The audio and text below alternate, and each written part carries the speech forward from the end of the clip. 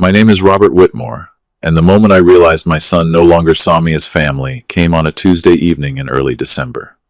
Outside my kitchen window, Christmas lights blinked across the neighborhood. Red, green, white. Red, green, white. My neighbor Bernard always decorated the weekend after Thanksgiving. And every year my late wife Pauline used to joke that he treated Christmas like a military operation. 6 years after losing her, I still heard her voice in moments like that. I was standing at the kitchen counter with a cup of coffee when my phone vibrated. The message came from my son, Nathan. At first, I smiled. We hadn't spoken much that week, and I assumed it was something about the grandchildren. Maybe Elliot's school concert. Maybe Sophie wanted another drawing set. Instead, I opened the message and felt something inside me quietly crack. Dad, we talked it over and think it's better if this year you celebrate Christmas on your own. We need space as a family. Diane and I have decided we're doing the holidays with just the kids. We hope you understand. I stared at the screen for a long time. Long enough for my coffee to go cold. Long enough to read the message 4 times and still wonder if I was somehow misunderstanding it. I wasn't. Nathan and Diane had decided there wasn't room for me at Christmas. The strange thing was that my first feeling wasn't anger. It was embarrassment. The kind that arrives when you suddenly realize you've been standing in the wrong place for years and everyone else noticed before you did. I set my phone face down on the counter and walked to the dining room table. That's where the numbers started. I have always trusted numbers. Numbers don't lie. Feelings do. Memories do. Pride certainly does. But numbers tell the truth whether you want to hear it or not. I grabbed a legal pad and began writing. Mortgage payment, $2,900 a month. The house Nathan and Diane lived in was technically mine because Nathan couldn't qualify when they wanted it 3 years earlier. Car payment number 1, $680. Car payment number 2, $520. Insurance coverage. Private school tuition for Elliot. Household emergency card Diane carried in her purse. One expense after another. I added everything twice because I thought I must have made a mistake. I hadn't. The total sat there on the paper in black ink. More than $7,500 every month. Nearly $90,000 every year. I leaned back in my chair and stared at the number. $90,000 a year to be told I needed to spend Christmas somewhere else. Suddenly, memories began connecting themselves in ways they never had before. The birthday parties I paid for, the vacations I partially funded, the Christmas gifts listed under Nathan and Diane's names that I quietly purchased myself, the endless little emergencies that somehow always ended with my credit card. I had spent years telling myself I was helping because family helps family. But sitting there at that table, I finally asked a question I had avoided for a very long time. If I stopped paying, what would happen? The answer frightened me. Not because of what it would do to Nathan. Because of what it would reveal about our relationship. I looked back toward my phone. The message remained on the screen. We need space as a family. The words echoed in my head. Space. After everything I had done, I had somehow become the outsider. I picked up my phone again, opened my banking application, and stared at the automatic mortgage payment scheduled for the 15th. My thumb hovered over the screen. For several seconds I thought about Pauline. Then I thought about spending Christmas alone, while paying for the table I wasn't welcome to sit at. Slowly, I pressed the payment details and opened the cancellation menu. And for the first time in years, I seriously considered what life might look like if I stopped funding my son's entire world. The next morning, I woke up earlier than usual. For the first few seconds, everything felt normal. Then I remembered the message. Christmas on your own. We need space as a family. The words settled over me like a heavy blanket. I made breakfast, fed the birds outside my kitchen window, and tried convincing myself to wait a few days before doing anything. That lasted until I opened my banking app again. The mortgage payment sat there exactly where I had left it the night before. $2,900, scheduled for the 15th. I stared at the screen for a long moment. Then I pressed cancel. A confirmation window appeared asking if I was sure. I pressed yes. Nothing dramatic happened. No thunder, no sense of victory. Just a small notification confirming the transfer had been removed. Then I moved to the next payment, Nathan's truck. $680. Cancelled. Diane's SUV. $520.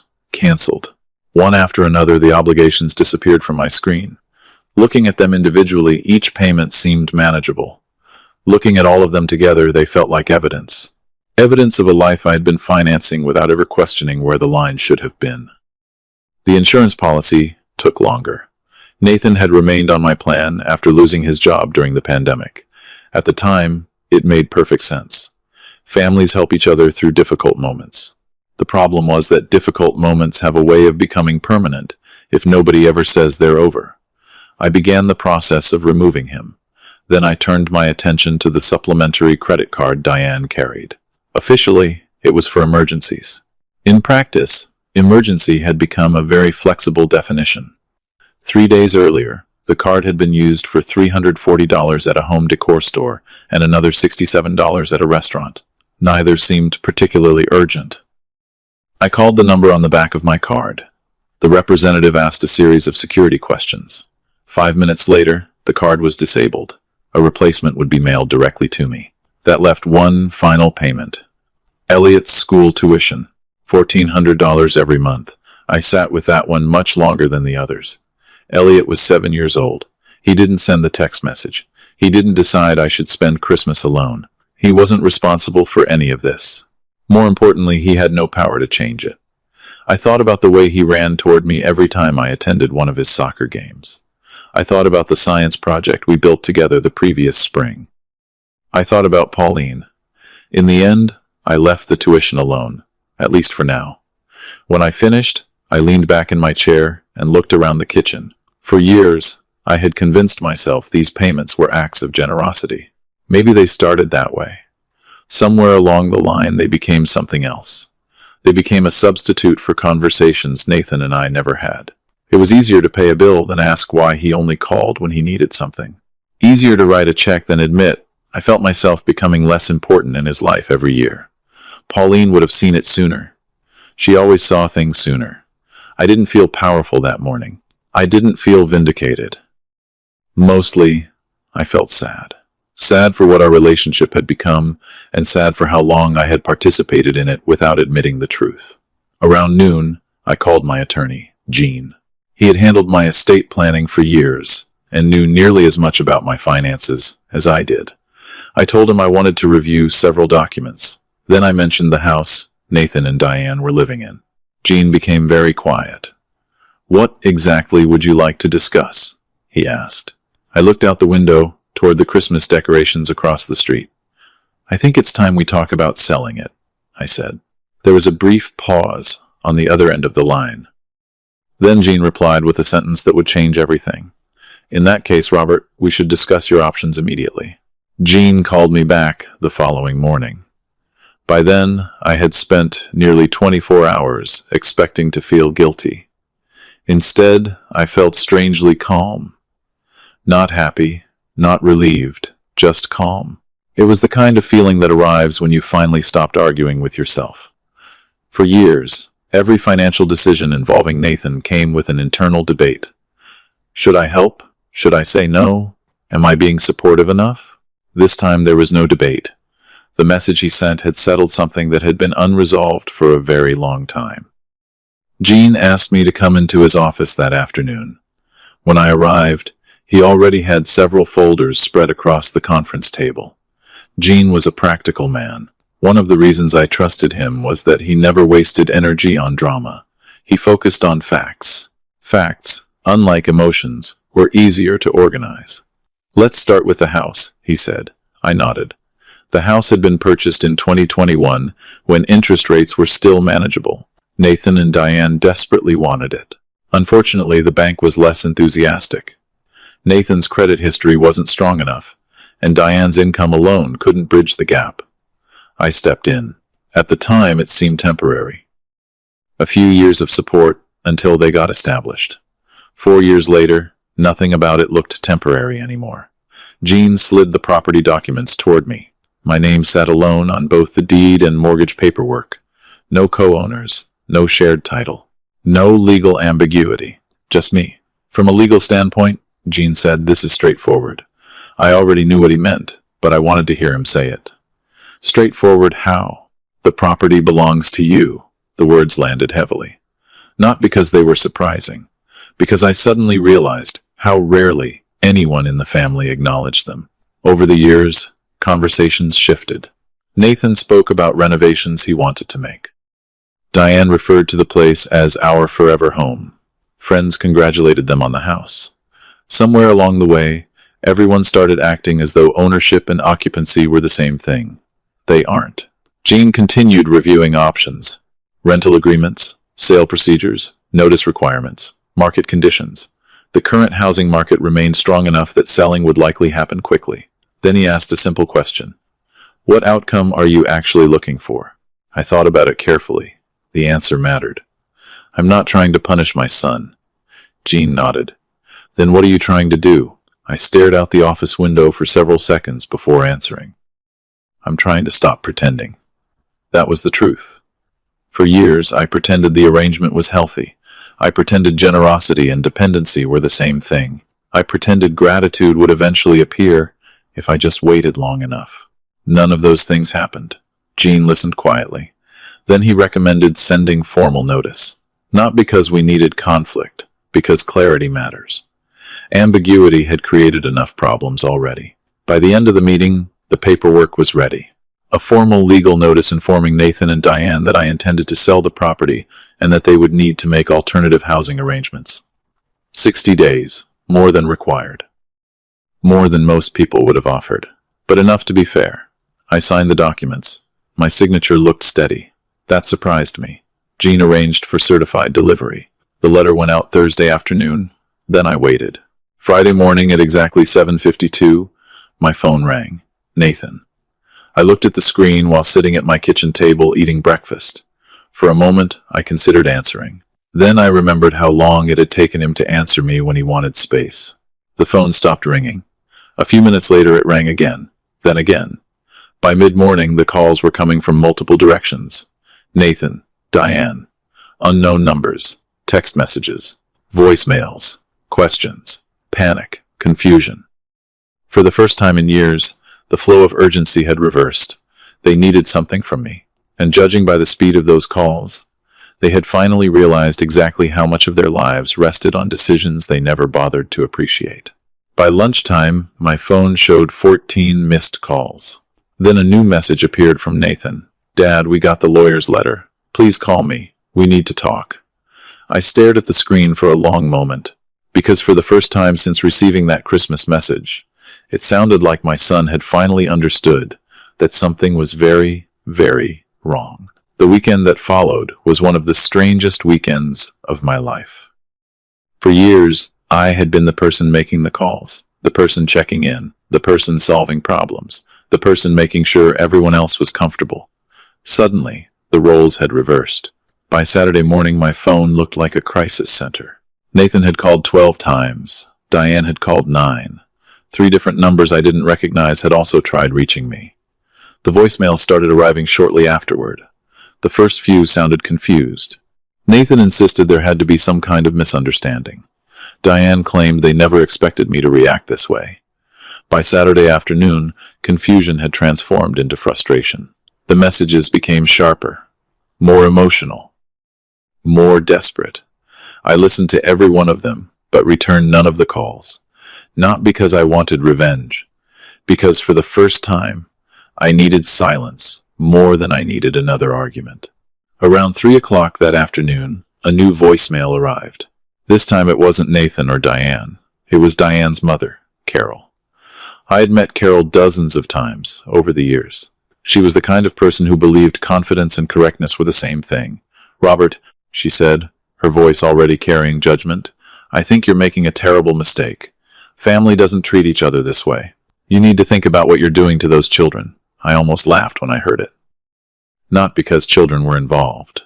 Because nobody seemed interested in discussing what had happened before the lawyer's letter arrived. Apparently excluding an old man from Christmas wasn't family mistreatment. But expecting adults to pay their own mortgage somehow was. Sunday brought more of the same. Nathan called. Diane called. Carol called again. Then several mutual friends reached out. Some were genuinely concerned. Others clearly knew only one side of the story. The pattern never changed. Everyone wanted to discuss my reaction. Nobody wanted to discuss the reason for it. Late Sunday afternoon, I drove to the cemetery where Pauline was buried. It wasn't something I did every week anymore, but whenever life became complicated, I found myself returning there. I brought fresh flowers and sat on the small bench beside her headstone. The winter air felt cold, but peaceful. For nearly an hour, I talked out loud as if she were sitting beside me. I told her about Nathan's message, about the mortgage, about the phone calls, about the house. Most importantly, I admitted something I should have admitted years earlier. I think I helped create this, I said quietly. The realization had been growing ever since that Tuesday night. Nathan wasn't solely responsible for our relationship becoming transactional. Every time I used money to avoid difficult conversations, I contributed. Every time I solved a problem instead of demanding accountability, I contributed. Love wasn't the problem. The way I expressed it sometimes was. As I sat there, my phone buzzed again. Nathan. I watched it ring until it stopped. Then another message arrived almost immediately. Unlike the others, this one was short. Very short. Dad, please, just talk to me. For the first time all weekend, I felt something shift. Not enough to change my decision. Not enough to erase what happened. But enough to recognize something important. Panic was beginning to fade. Reality was starting to replace it. Later that evening, I returned home and listened to Nathan's newest voicemail. His voice sounded different. Less angry, less defensive, more tired. I know you're upset, he said. I know I messed up. But if you don't call me back, this situation is going to get worse. I sat alone in my living room after the message ended. Christmas music played softly from a neighbor's house across the street. For several minutes, I stared at my phone. Eventually, I picked it up and opened Nathan's contact information. The time for silence was ending. If anything meaningful was going to happen next, it would require a conversation neither of us had been willing to have for years. And for the first time since receiving that Christmas text, I decided I was finally ready to hear what my son had to say. I called Nathan the following morning. Not because I had changed my mind. Not because the missed calls wore me down. I called because avoiding the conversation any longer would only delay what needed to happen. He answered before the first ring finished. Dad. His voice sounded exhausted. I imagined he hadn't slept much. The truth was, neither had I. For several seconds, neither of us spoke. Then Nathan broke the silence. Thank you for calling. I looked out the kitchen window toward the frost covering the grass. Before we discuss the house, I want to ask you something. Okay. My grip tightened slightly around the phone. Where exactly did you expect me to spend Christmas? Silence. Not the kind caused by a bad connection. The kind caused by a question someone doesn't want to answer. Eventually he spoke. Dad. No. Answer the question. Another pause followed. I don't know. The honesty surprised me. Not because it was impressive. Because it was rare. You don't know? I asked. No. His voice lowered. I didn't really think about it. There it was. The truth hiding beneath everything else. He hadn't wanted to hurt me. He simply hadn't thought about me at all. Somehow that felt worse. Nathan, do you know what bothered me most about your message? What? It wasn't being excluded. I stared at the family photographs hanging on the wall. Pictures of birthdays, vacations, school graduations. Years of memories. It was realizing how easy it was for you. The line went quiet again. I continued before he could interrupt. You asked me to spend Christmas alone while I was paying for the house you live in, the vehicles you drive, the insurance you use, and half the life you've built. Dad, that's not fair. I almost laughed. Not because the statement was ridiculous, because it revealed how differently we viewed the situation. What's unfair? I asked. We never forced you to help us. No, I volunteered. Exactly. And then you started treating that help like it was permanent. The silence returned. This time it lasted longer. When Nathan finally spoke, his voice sounded less defensive. I didn't realize you felt that way. That's part of the problem. I leaned back in my chair. You didn't realize a lot of things. For nearly 20 minutes we talked. Really talked. Not about interest rates, or legal notices, or housing markets. About us. About the years after Pauline died. About how often our conversations revolved around money. About how every request for help slowly replaced actual connection. Nathan admitted he had become accustomed to my support. I admitted I had made it too easy. Neither confession felt particularly comfortable. Then we finally reached the subject he wanted to discuss. "Are you really selling the house?" he asked quietly. "Yes." The answer came immediately. No hesitation, no uncertainty, just truth. "Why?" I took a slow breath. "Because the current arrangement isn't healthy for either of us. The kids live here. I know. They'll have to move. I know that too." Another long silence settled between us. Then Nathan asked the question I knew was coming. "Can you reconsider?" I closed my eyes. For years, that question would have worked.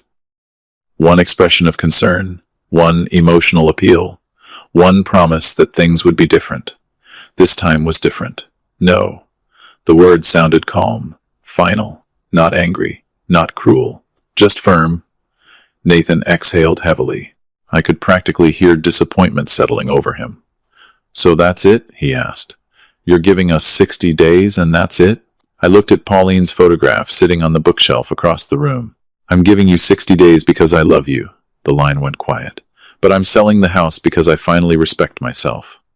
Neither of us spoke for several seconds after that. Then, for the first time during the entire conversation, Nathan stopped arguing. When he finally spoke again, his voice sounded very different. Smaller somehow. "I think I understand why you're doing this." I wasn't sure he fully did. Not yet. But it was the first sign that he might eventually get there. And as the call ended, I had a feeling the hardest part of this story was still ahead of both of us. The days following my conversation with Nathan were quieter than I expected, at least on the surface. The phone calls became less frequent. The angry voicemails stopped. Even Carol seemed to lose interest in lecturing me about family values once she realized I wasn't changing my mind. But silence can be deceptive. Sometimes it means people are thinking. Sometimes it means they're planning. And sometimes it means reality has finally arrived. By the second week, the consequences of my decision were beginning to reach Nathan's household. The mortgage payment hadn't been made. The disabled credit card had stopped working. Insurance paperwork was arriving in the mail. Problems that once disappeared automatically now remained exactly where they landed. One afternoon, I was buying groceries when I ran into Bernard. He immediately noticed something was bothering me. "Still thinking about your son?" he asked. I smiled weakly. Bernard knew me too well. We loaded groceries into my car while talking about everything except Nathan. Football, weather, holiday decorations, retirement. The kinds of conversations men have when they want to discuss a problem without actually discussing it. Eventually, Bernard closed his trunk and looked directly at me. "You know what your problem is?" I laughed. "Only one? You've spent so many years rescuing people that you think standing still is the same thing as abandoning them." The comment followed me all the way home. That evening, I sat in my living room staring at Pauline's photograph. Bernard wasn't entirely wrong. Every time Nathan faced a financial problem, I solved it. Every unexpected expense became my expense. Every emergency became my responsibility. Somewhere along the way, I stopped asking whether my help was actually helping. Around that same time, new information started reaching me through people who knew both Nathan and Diane. Nothing dramatic, just small details. They had begun looking at apartments. Nathan was asking questions about refinancing options. Diane had apparently contacted several family members seeking temporary assistance. For the first time in years, they were trying to solve problems themselves. The realization brought mixed emotions. Part of me felt relieved. Another part felt guilty. Parenthood has a strange way of making guilt survive long after logic has left the room. A few days later, Elliot called unexpectedly. Hearing his voice immediately brightened my mood. We talked about school, soccer practice, and a science project involving volcanoes. Not once did he mention the house. Not once did he mention lawyers or moving. He was still a child, living inside a situation created by adults. Before hanging up, he asked a simple question. Grandpa, are you still coming to my game next Saturday? My throat tightened slightly. Of course I am. Good, he said. You never miss them. After the call ended, I sat quietly for several minutes. That was the relationship I wanted to protect. Not dependency. Not financial arrangements. Relationships. Real ones. Then Saturday arrived. Elliot's team won by 2 points. I stayed afterward to congratulate him and watched him celebrate with his friends. Nathan was there too. We exchanged a brief nod, but little else. Neither of us seemed ready for a public conversation. As I drove home later that afternoon, I felt strangely hopeful. Not because things were fixed, because they were finally becoming honest. The sun had already started setting when I pulled into my driveway. At first, I didn't notice anything unusual. Then I saw a familiar pickup truck parked along the curb, Nathan's truck. My stomach tightened immediately. He was sitting alone on the front porch. No Diane, no children, no lawyers. Just Nathan. The moment he saw me step out of the car, he stood up.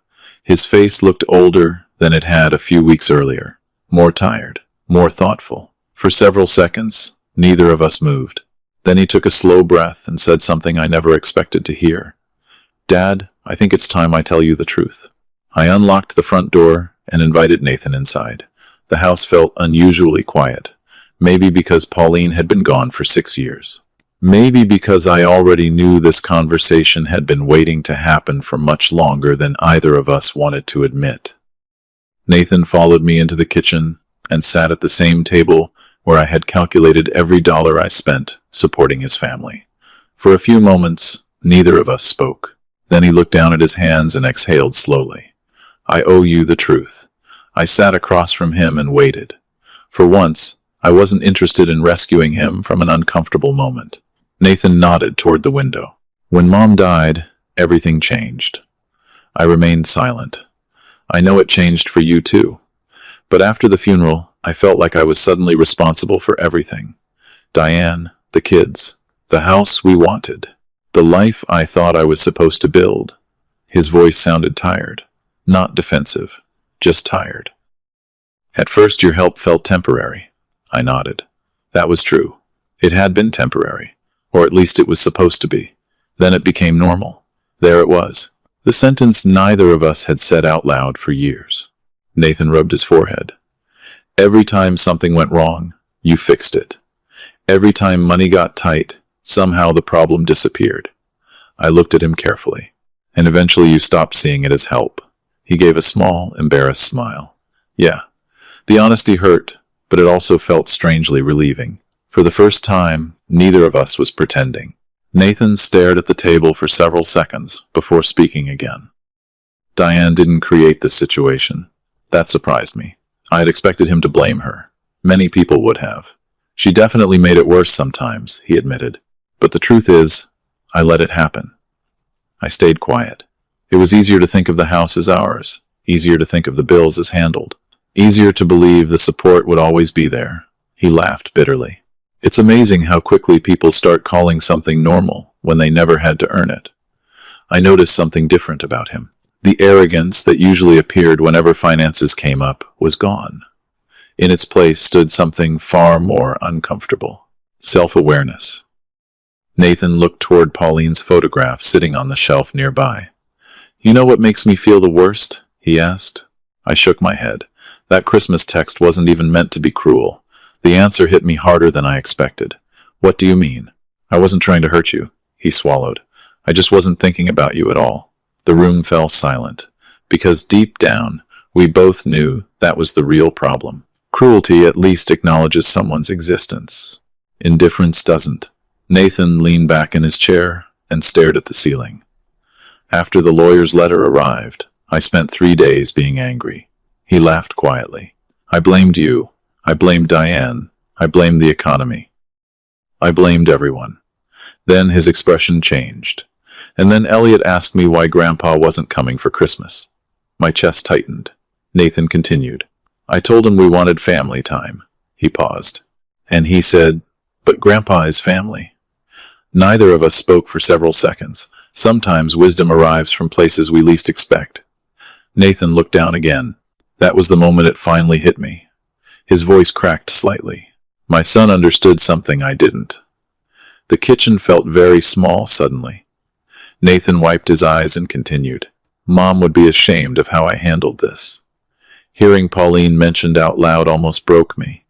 Not because I disagreed, because I knew she would have seen the problem years earlier. Nathan nodded slowly toward her photograph. She spent her whole life teaching me that relationships mattered more than money. He laughed sadly. Then I somehow turned your support into an entitlement program.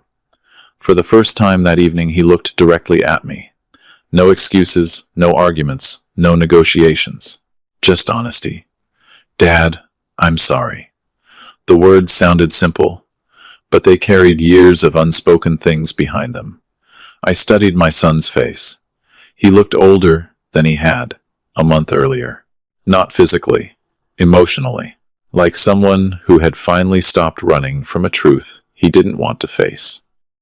I wasn't ready to forgive everything. Some wounds need time. Some trust has to be rebuilt slowly. But for the first time since that Christmas message arrived, I could see a path forward.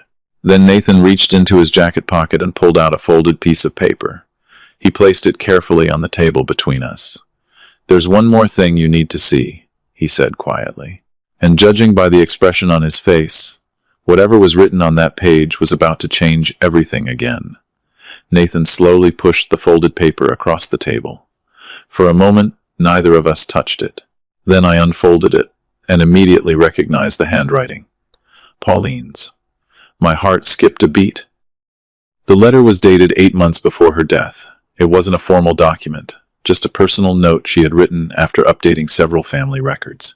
I carefully read the first few lines. If you're reading this, it probably means the two people I love most are struggling to understand each other again. I had to stop for a second. That sounded exactly like Pauline. Even after all these years, she somehow knew us better than we knew ourselves. Nathan explained that he found the letter a few days earlier, inside one of Pauline's old memory boxes, stored in the attic. Neither of us had seen it before. The note wasn't long, but every sentence felt painfully relevant.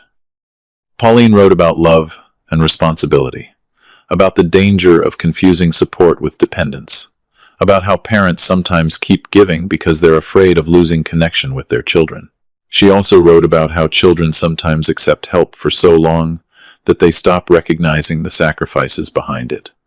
By the time I finished reading, the kitchen was completely silent. Nathan looked exhausted. I think she saw this coming before either of us did. I nodded slowly. That sounded like Pauline, too. She had always noticed small cracks before they became major problems. For a while, neither of us spoke. Then Nathan finally asked the question that had been hanging over the entire conversation.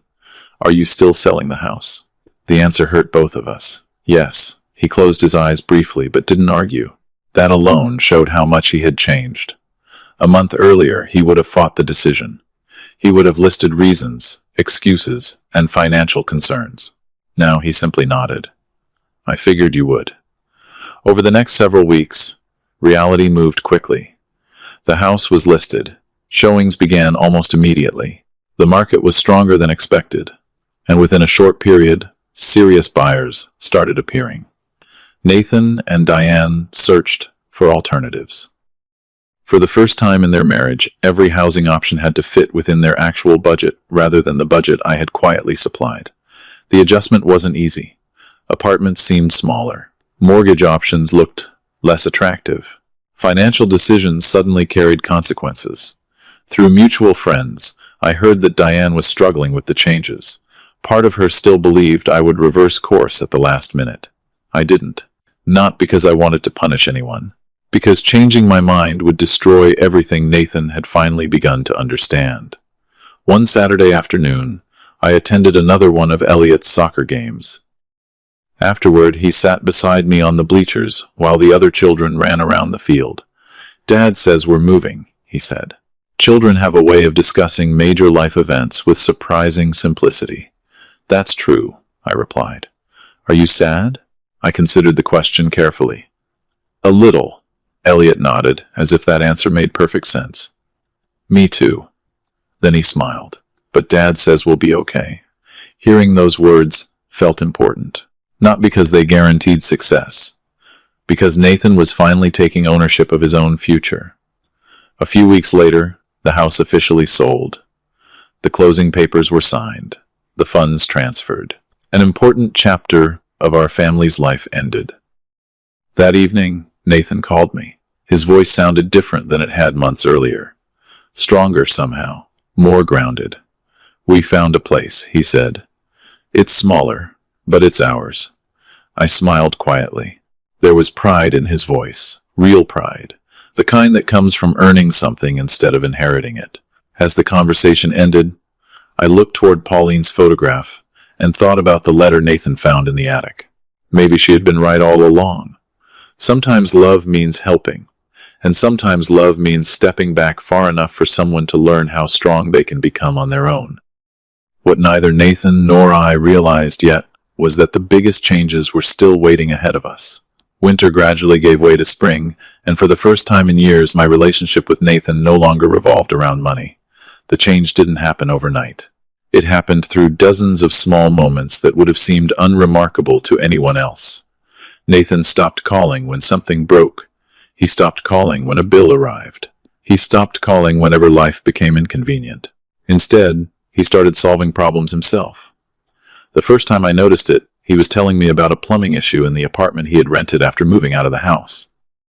Months earlier, I would have received a phone call asking for advice, money, or both.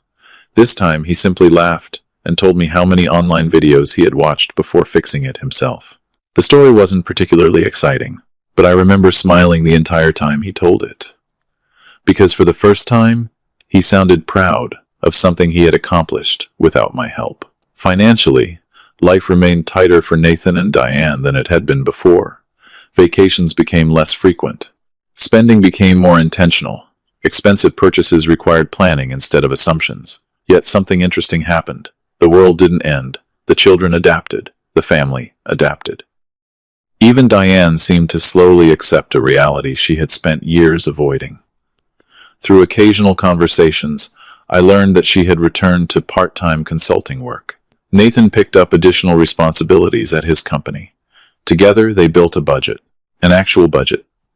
Not one supported by invisible contributions from me, but one supported by their own efforts. One Saturday morning, Nathan invited me to breakfast. It was a simple diner near the soccer field where Elliot played. Nothing fancy. No special occasion. Just breakfast. Halfway through the meal, he reached for the check. Instinctively, I moved to stop him. The habit was automatic. Nathan smiled and gently pushed my hand away. "I've got it." The gesture lasted less than 5 seconds.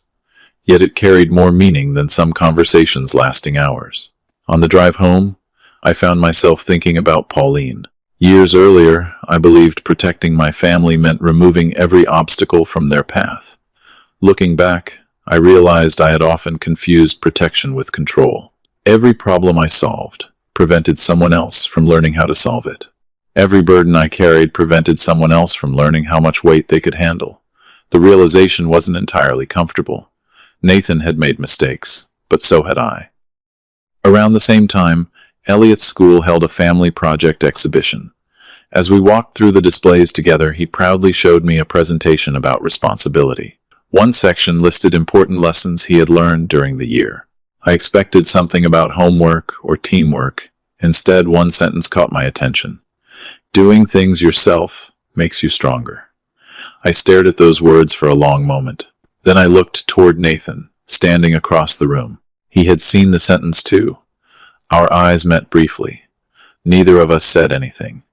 We didn't need to. Sometimes growth becomes visible in the people around you before you fully recognize it in yourself. By early summer, the tension that once defined our relationship had largely disappeared. Not because everything was perfect, because honesty had replaced dependency. We were finally learning how to be father and son again, instead of provider and recipient. And as I watched Nathan build a life that truly belonged to him, I began to understand something important. Losing the house had never been the real consequence. The real consequence was being forced to become the man he should have been years earlier. By the time Christmas arrived the following year, my life looked very different than it had 12 months earlier. The strange thing was that almost none of the changes involved money.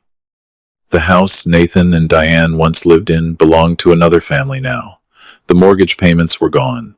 The emergency credit card was gone. The endless financial obligations that had quietly connected our lives for years had disappeared. Yet somehow, I felt closer to my son than I had in a very long time. A few days before Christmas, Nathan called and invited me over for dinner.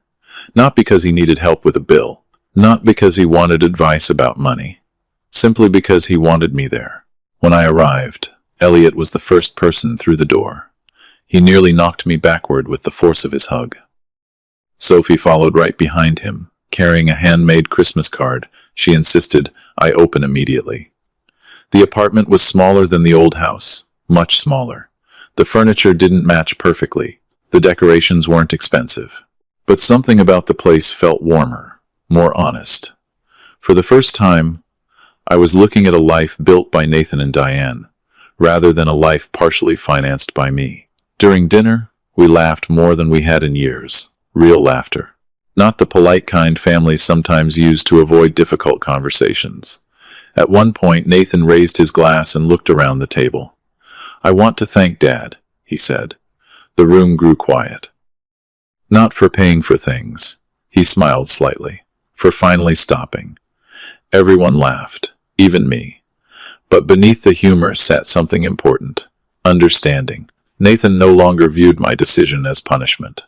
He saw it for what it truly was: a boundary, a necessary one. Later that evening, after the children disappeared to investigate their presence, I stepped onto the apartment balcony. Snow drifted softly through the air.